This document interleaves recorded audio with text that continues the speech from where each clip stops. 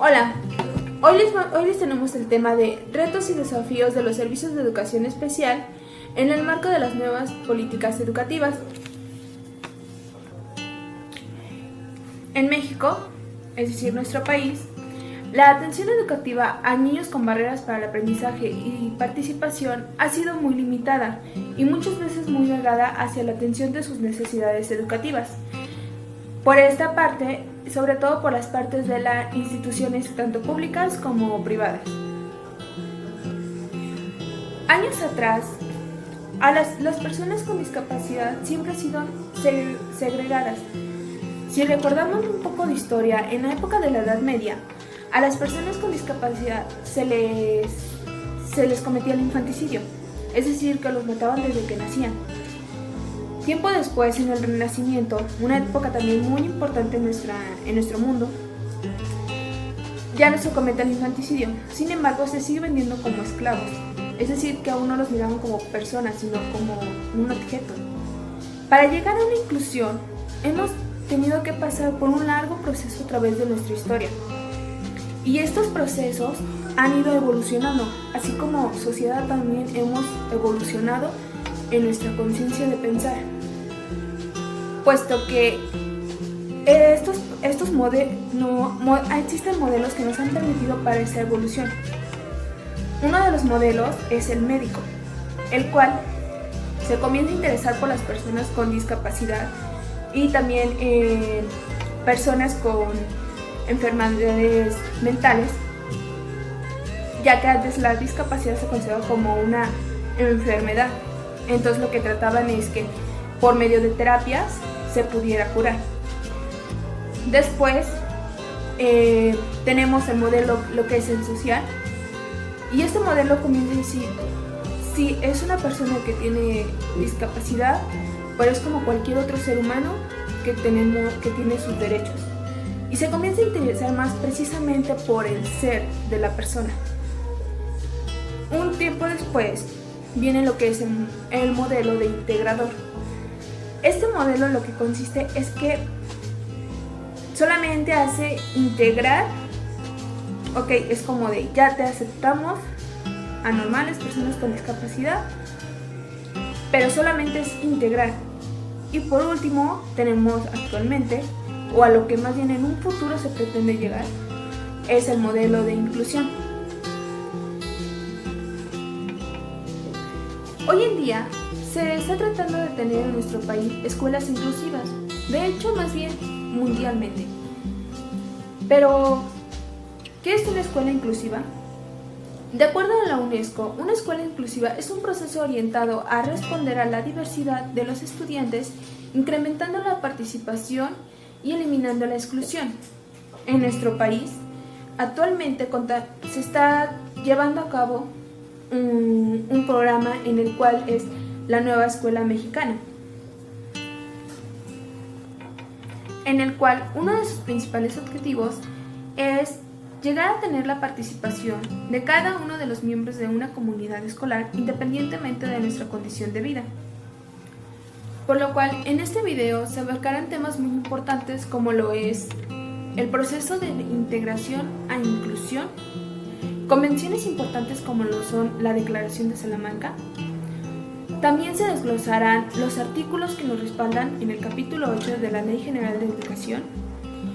Y un tema que actualmente es muy tratado, que es cómo es que estamos llevando a cabo una educación ante esta nueva modalidad virtual.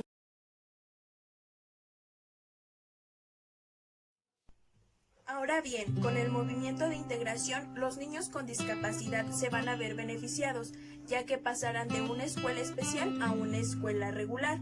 El que se va a encargar de que ese movimiento sea fructífero será el docente especialista, ya que debe de coordinarse y compartir la tarea con el docente regular, para que la formación y educación del niño con discapacidad, con necesidades educativas especiales y sobresalientes sea fructífera. Al ser la educación especial desaprobada, vemos qué papel ha tenido que cumplir el docente a través del tiempo, pues sus retos y desafíos están marcados por las políticas educativas y las mismas han sido cambiantes. La influencia internacional ha tenido que ver. A partir de la inclusión se considera la desprofesionalización de los docentes de educación especial. Ya no pueden aplicar sus conocimientos derivados del modelo médico, ni tampoco han aprendido los del modelo educativo. Y a los técnicos se les ha dificultado encontrar una estrategia efectiva para actualizarlos. Los docentes deben de comprender que parte de la educación especial también interviene la enseñanza de la lengua de señas, la enseñanza del braille, de habilidades sociales, de orientación y movilidad. Además, el docente cae en un dilema donde se identifica al alumno con dificultades a fin de ofrecerle los apoyos que requiere para aprender, lo arriesga a la estigmatización y eventual segregación. Pero, si no identifica al alumno que tiene algún problema, este difícilmente saldrá adelante, pues carece de los apoyos que precisa para aprender, a menos que su docente tenga la confianza de que puede enseñarle y utilice distintas estrategias para que todos sus alumnos aprendan.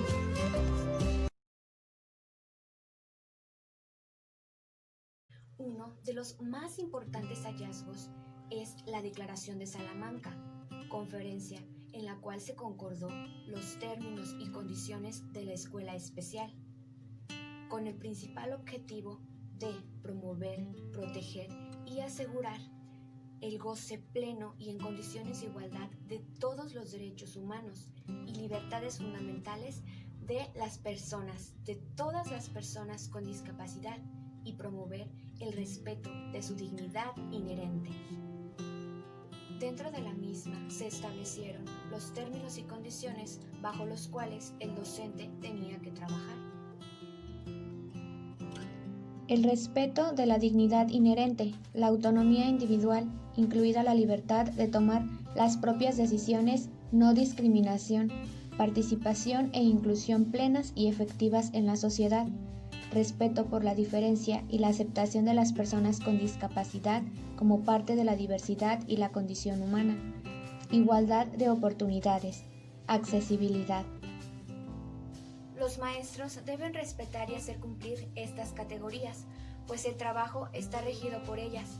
La misma declaración pone en marco las obligaciones que como profesores competen. Promover la formación de los profesionales y el personal que trabajan con personas con discapacidad.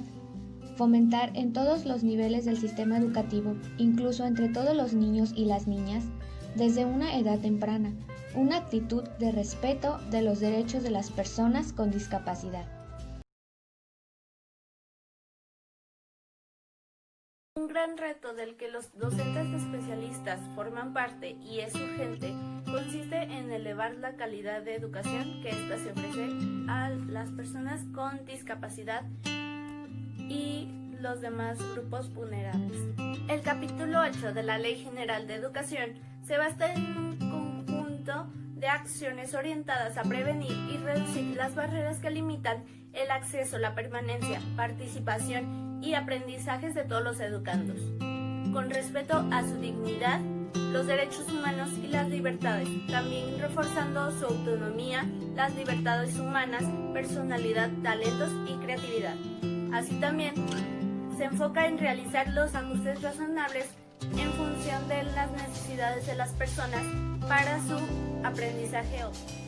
Los artículos 63 a 67 del capítulo 8 de la Ley General de Educación defienden los derechos del educando en condición de discapacidad, así como su identificación y atención al recibir educación que desarrolle su posibilidad de aprender, el desarrollo de habilidades para la vida, facilitar el aprendizaje del sistema braille, la lengua de señas, la enseñanza de español y que se le atienda en favor a su diversidad.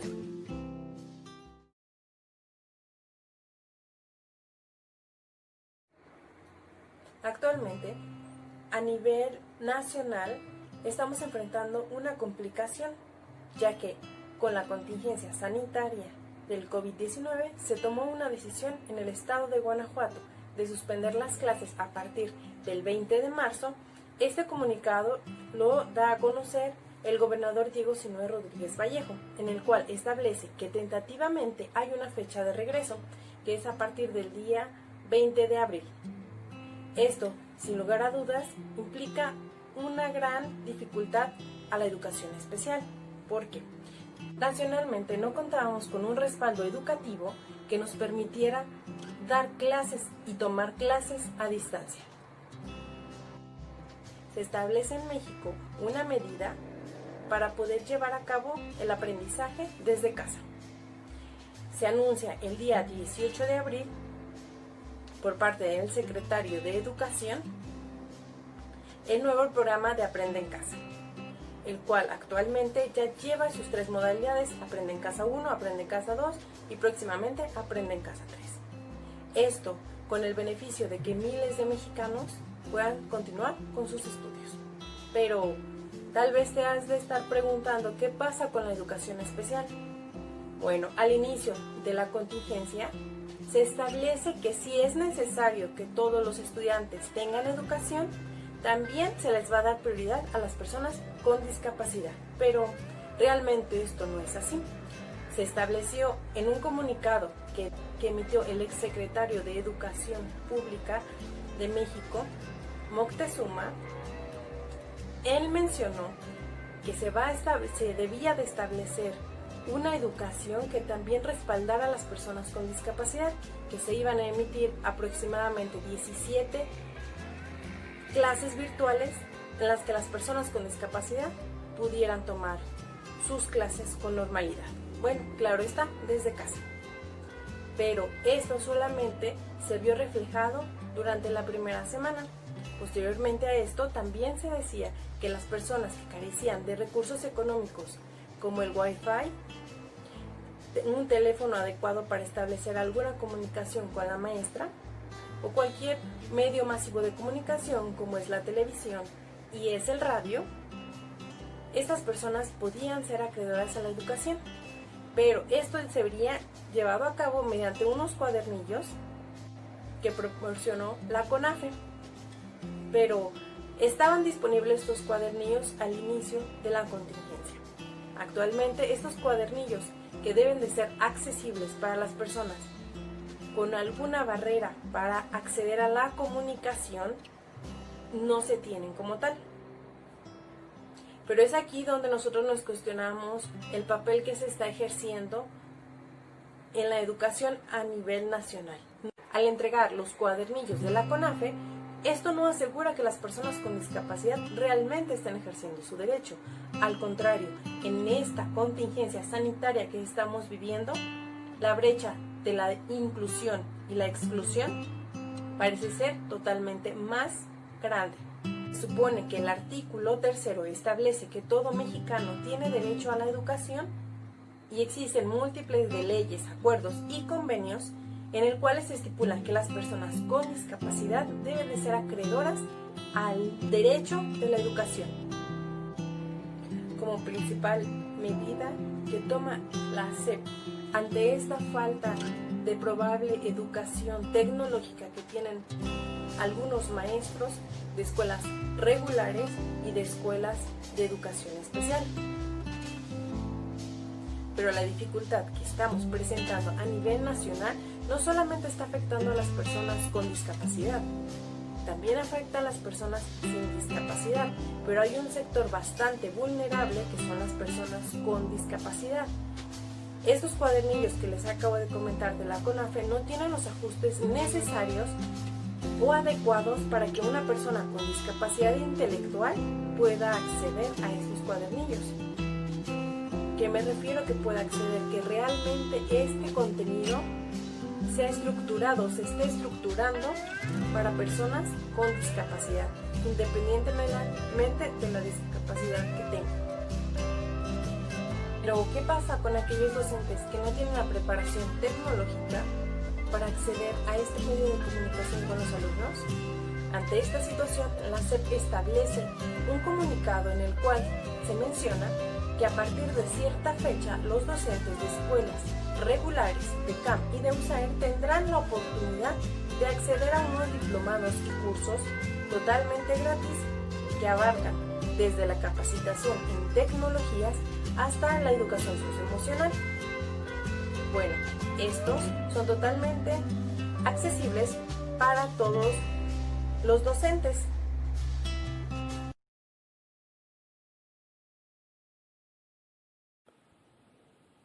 Hola maestra, muchísimas gracias por acceder a la entrevista. Para comenzar, ¿me puede decir por favor su nombre completo? Soy la maestra Brenda Pérez, egresada de la Escuela Normal Oficial de León. Estoy trabajando en el CAMI Ignacio Ramírez de San Miguel de Allende. Muchas gracias por la información, maestra. Para comenzar con la entrevista, ¿usted nos puede definir cuál es el rol que cumple como docente? Bueno, teniendo en cuenta las nuevas exigencias de la inclusión educativa. Atender a los grupos vulnerables. No solo a los alumnos con discapacidad o aptitudes sobresalientes. Atender a niños que enfrentan barreras por su conducta. Comunicación. Migrantes, entre otros. Maestra Brenda, ¿y cuáles son los retos y desafíos a los que se enfrenta usted hoy en día en la educación especial? Atender a la diversidad, como lo mencioné en la pregunta anterior, no solo enfocarse a los alumnos con discapacidad o aptitudes sobresalientes, sobre todo en USEAER. Conocer sobre los diversos grupos en riesgo. Con y sin discapacidad, actualizarnos o aprender sobre temas relacionados con esta población. Para responder a sus necesidades. ¿Y usted considera adecuado el cambio del artículo 41 del capítulo 8 de la Ley General de Educación?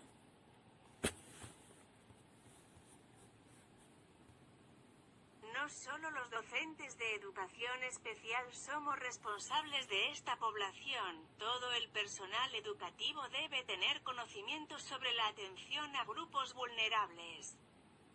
Implica trabajar en equipo. No dejar todo al docente especialista. Nosotros como profesionales de la educación tenemos el propósito de concientizar a la sociedad sobre diversos temas. Si todos ponemos de nuestra parte, esta necesidad trascenderá y poco a poco podremos ir moldeando una sociedad más incluyente. ¿Y qué desafíos se le han presentado a usted a partir de la pandemia, maestra?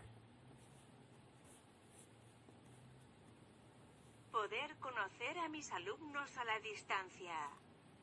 No es lo mismo estar presencialmente para poder observar de manera directa sus características. Para planificar y evaluar acorde a sus necesidades los distintos recursos con los que cuentan en casa. Esto implica planificar fomentando un aprendizaje situado, usar diversos medios de comunicación con los padres de familia tales como las redes sociales, WhatsApp, llamadas telefónicas, mensajes de texto, etc. Tenemos que estar actualizándonos en temas de educación emocional, tecnologías de la información, estrategias de educación a distancia, entre otros, para continuar brindando una atención de calidad a pesar de la distancia. Muchas gracias, maestra Brenda, por acceder a esta pequeña entrevista. Se lo agradecemos mucho.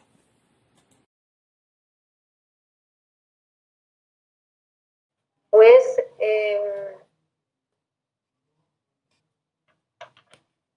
no dejar nadie afuera de ser atendido.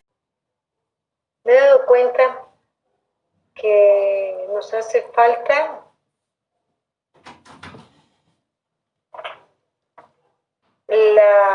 el compromiso, primeramente, del padre de familia, porque siento que el papá se había acostumbrado a la parte presencial de llevarte a un lugar y que tú lo hacías como docente, ¿no? Entonces dábamos una solución, por decirlo así.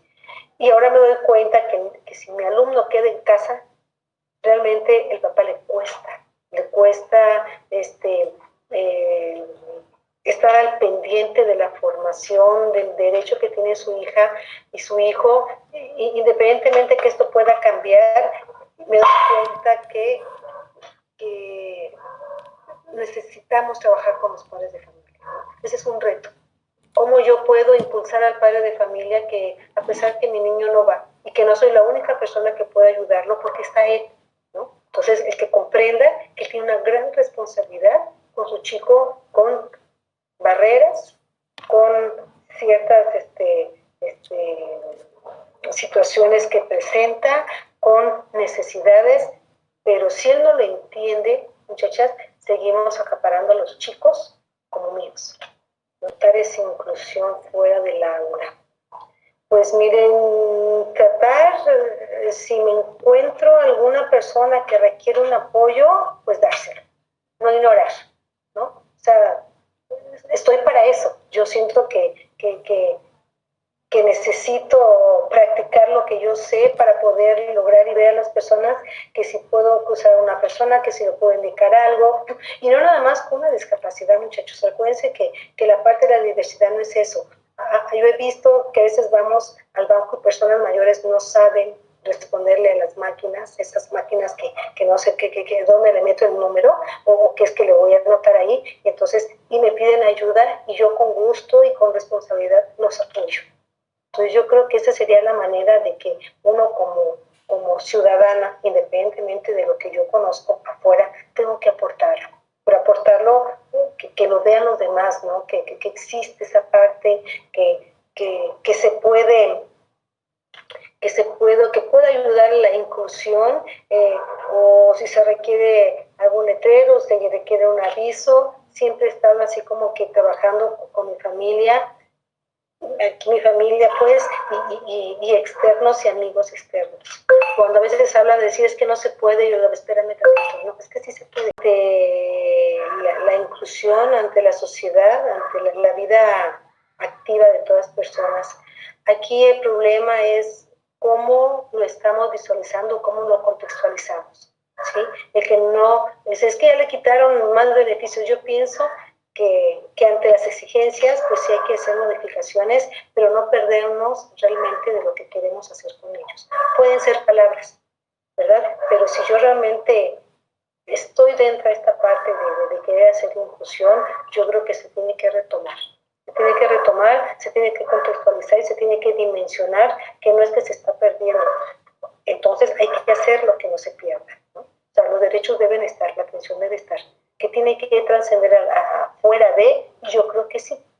Entonces, la parte que a veces únicamente, como que reitero, de decir, desapareció esto por esto, decía esto y ahora es esto, yo pienso que es un juego de palabras. Más que hay que tenerle mucho cuidado al juego de palabras, porque si lo entiendo de otra manera, entonces me hago mi modificación y entonces le quito precisamente, ¿verdad?, el propósito de beneficio, de cambiarlos por las demás necesidades que se requieren. Es capacitarme más. Mi reto es capacitarme más para poder darles a ustedes, a los alumnos, de la mejor manera el propósito de la educación, lograr que no queden brechas, pero cómo tratarlas, porque yo sé que la tecnología pues no estaba pedagógicamente en mí, no la tenía yo de esta manera. Entonces, ese es uno de mis retos. Yo tengo que trascender, yo tengo que dar un paso más para poder lograr romper el miedo del uso, del manejo, como dice por ahí, de aprender a reaprender lo que yo sé y cómo lo tengo que modificar para poder lograr nuestros propósitos educativos y que no queden, como dicen por ahí, dar brochazos por dar brochazos, sino que realmente impacten. Yo viví la integración ahí en la Luis Braille. Yo estuve como maestra integradora, que iba yo a la escuela a una escuela primaria por un día y después me venía yo a la escuela nuevamente y después a la siguiente semana regresaba cuando teníamos chicos con discapacidad visual. Entonces yo trabajaba con el maestro, el niño salía del salón de clases, lo apoyaba yo, me volvía a regresar al salón para trabajar con el maestro y darle orientaciones. Vamos a empezar como un tipo USAID, chicos, pero yo no veía más niños más que el que salía de la escuela. Los maestros se acercaban mucho a nosotros cuando tenían esos problemas porque decían, maestra, ¿qué puedo hacer con estos chicos de primaria? Estaban en primer año. Mire que tienen esto aquí. Entonces yo apoyaba a las maestras, llevaba materiales, llevaba artículos, así como soy siempre. Les digo, yo esta parte de la inclusión, yo me decían, no veas niños que no sean de la escuela. Pero los maestros se acercaban a mí y decían, pues ¿cómo no? No, pues, digo, yo no puedo perder esta parte. Pero en función de eso,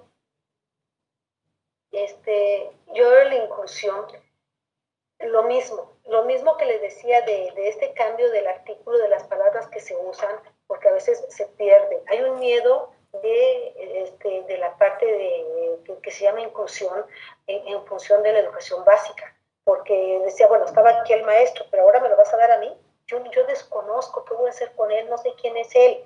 Y hay maestros hoy por hoy que hablan de eso, ¿no? Entonces yo creo que es excelente la inclusión. Ellos deben tener la oportunidad.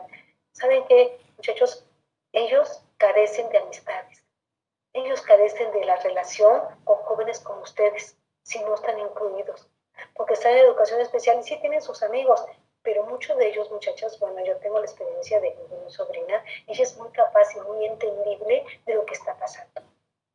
Y a veces ella ha estado ha venido aquí a la normal con ustedes, la he traído y está feliz porque convive con muchachos jóvenes, pues ahorita tiene 22 años, pero que la chica la llame, oye, vamos acá, vamos acá, vamos acá. Ella estaba emocionadísima y me lo decía, y cuando quería venir aquí, ella quería ir conmigo a la escuela porque dice, yo voy contigo. Y si los dejamos en educación especial, yo creo que le ponemos una barrera socialmente hablando, una igualdad de oportunidades. Porque a pesar de que todos somos diferentes, tenemos la misma oportunidad de participación. Entonces, la inclusión es buena. ¿Cómo la estamos manejando? Pues nuevamente le estamos como que dejando con los temores de decir quién me va a llegar, quién me voy a atender, cómo lo voy a atender, y esto es por falta de información.